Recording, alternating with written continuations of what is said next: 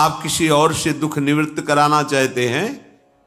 जिसने सृष्टि बनाई है, भगवान ब्रह्मा जी भी कह रहे हैं मैं जिनके सेवक हूं, वही प्रभु हमारे और आप सबके दुखों का निवारण करते हैं। तो आपको समझ में नहीं आ रहा कि एकमात्र भगवान श्री हरि ही हमारे दुख का निवारण कर सकते हैं।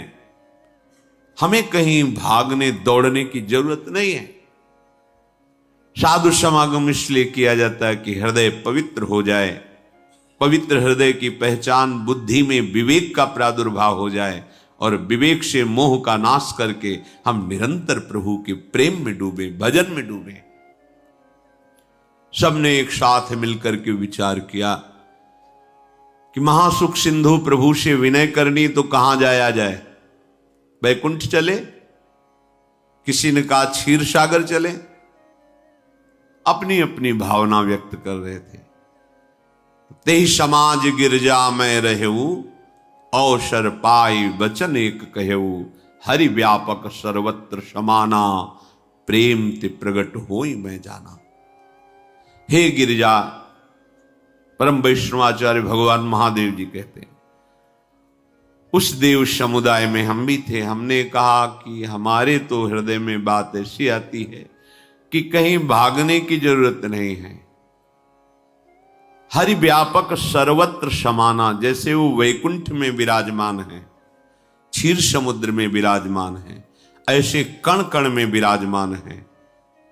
बस तुम प्रेम से पुकारो, जहां पुकारोगे वहीं प्रभु प्रकट हो जाएंगे। नाम बाणी जहां श्याम श्यामा तहां, नाम बाणी निकट श्याम श्यामा प्रगट। सिद्ध सिद्धांत है, भटकने की जरूरत नहीं। जहां हो वहीं से प्रिया प्रीतम का नाम पुकारो, नाम कीर्तन करो, उनकी लीलाओं का गायन करो, सबको सुख देने की भावना करो। देखो तुम्हारी दृष्टि बदलती चली जाएगी, भगवत साक्षात्कार करने की योग्यता आने लगेगी। ऐसा ही हुआ। सबने मिलकर के श्री भगवान को विनय पूर्वक आर्त भाव से पुकारा। आकाशवाणी हुई, निर्भय हो जाओ, निश्चिंत हो जाओ, मैं स्वयं अपने अंशों के सहित अवतार लेकर इस भूमि का भार हरण करूंगा। तुम सब बड़े बड़े जो देवता हो, जाओ हमारी लीला में सुख लेने के लिए सब ऋक्ष वानर आदि का रूप धारण करो। ब्रह्मा जी, महादेव जी, बड़े बड़े ईश्वर कोटि के लोकपाल बहुत प्रसन्न हुए, क्योंकि भगवद वाणी सत्य है, त्रिकाल सत्य है। सबको विश्वास हो गया कि अब मारा तो जाएगा ये महासुर, जिसको लगता था कोई ना मंत्र के द्वारा मार सकता है, ना अस्त्र के द्वारा मार सकता है। स्वयं श्री भगवान पधार रहे हैं।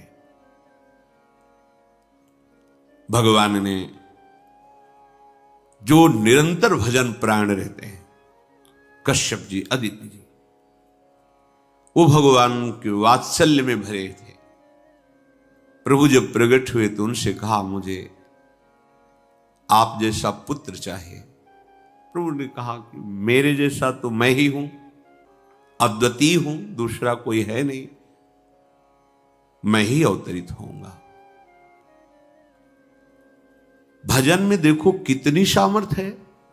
जगत पिता को पुत्र रूप में प्राप्त कर रहे हैं। वही चक्रवर्ती सम्राट अवधपुरी के नरेश महाराज दशरथ जी के रूप में, जिनकी महामहिम अद्भुत सौभाग्य प्राप्त करने वाली तीन ये रानियां, श्री कौशल्या जी, श्री कैकेयी जी, श्री सुमित्रा जी। भगवान वशिष्ठ जी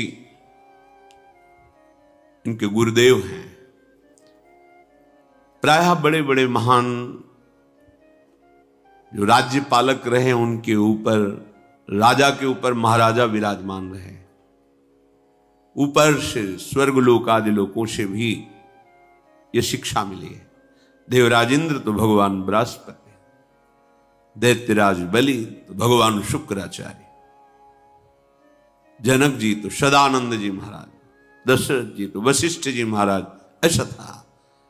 क्योंकि जहां हमारा विवेक काम नहीं करता वहां ये ब्रह्मबोध संपन्न महापुरुष तत्काल हमको संभालते हैं। महाराज दशरथ जी के हृदय में